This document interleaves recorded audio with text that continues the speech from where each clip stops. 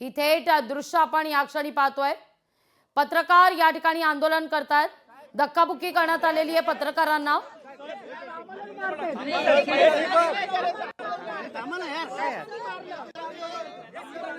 आणि पत्रकारांच्या भेटी करता उपमुख्यमंत्री एकनाथ शिंदे त्या ठिकाणी पोहोचलेले आहेत। पायऱ्यांवर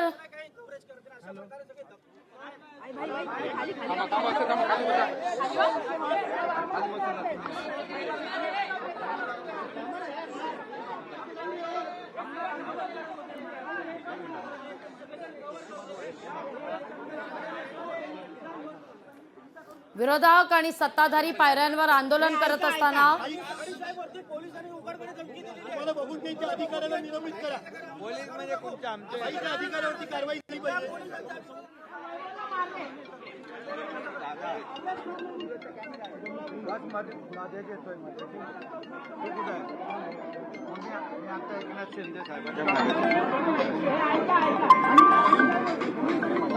अरे सर, हेलो सर, एक शिंदे हैं। हेलो,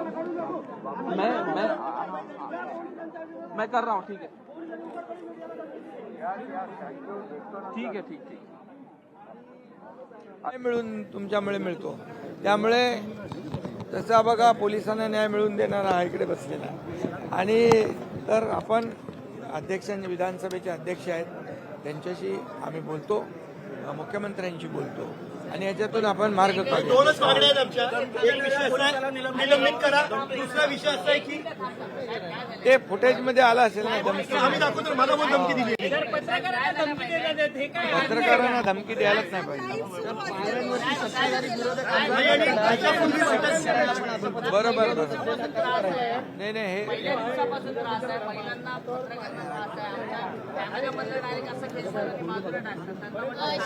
भाई आणि इतक्या वाईट कमेंट करतात ना माझ्यासमोर हे उभं राहिलं अशा परिस्थितीत अशा वेळेत कीर्ती करतात। नाही याच्या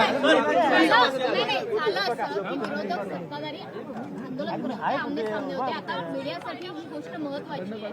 महिला पत्रकार त्याच्यामध्ये होत्या, बरोबर आणि सर जर समोर हो बरोबर त्याच्या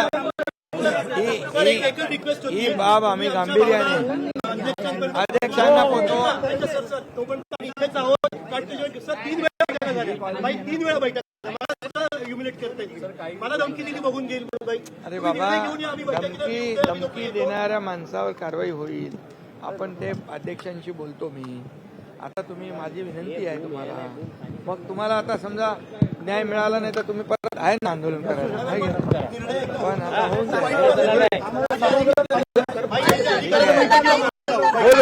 बोला त्याला पण बोलवतो। इथले जे प्रमुख अधिकारी जे आहेत ना, प्रमुख त्यांनाही बोलवायला लावतो मी आता।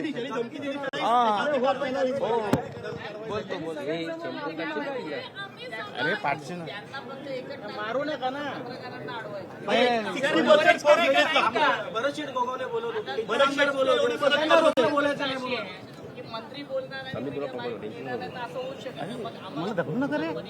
नाही नाही तुमचा पर्याय, तुमचा आवाज कोणी दाबू शकत नाही। लोक तुम्ही सगळ्यांचा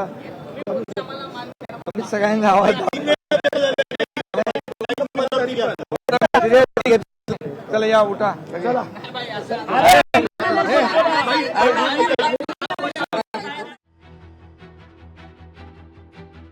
पाहतोय उपमुख्यमंत्री एकनाथ शिंदे यांनी पत्रकारांनी ज्या ठिकाणी ठिय्या दिलेला होता त्या ठिकाणी एकनाथ शिंदे दाखल झाले, पत्रकारांशी संवाद साधला आणि हे आंदोलन मागे घेण्याची विनंती करण्यात आलेली आहे।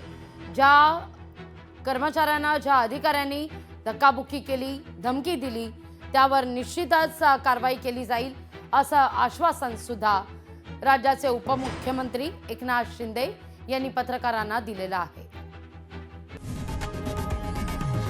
लोकशाही मराठी ऐका, पहा, जागरूक रहा।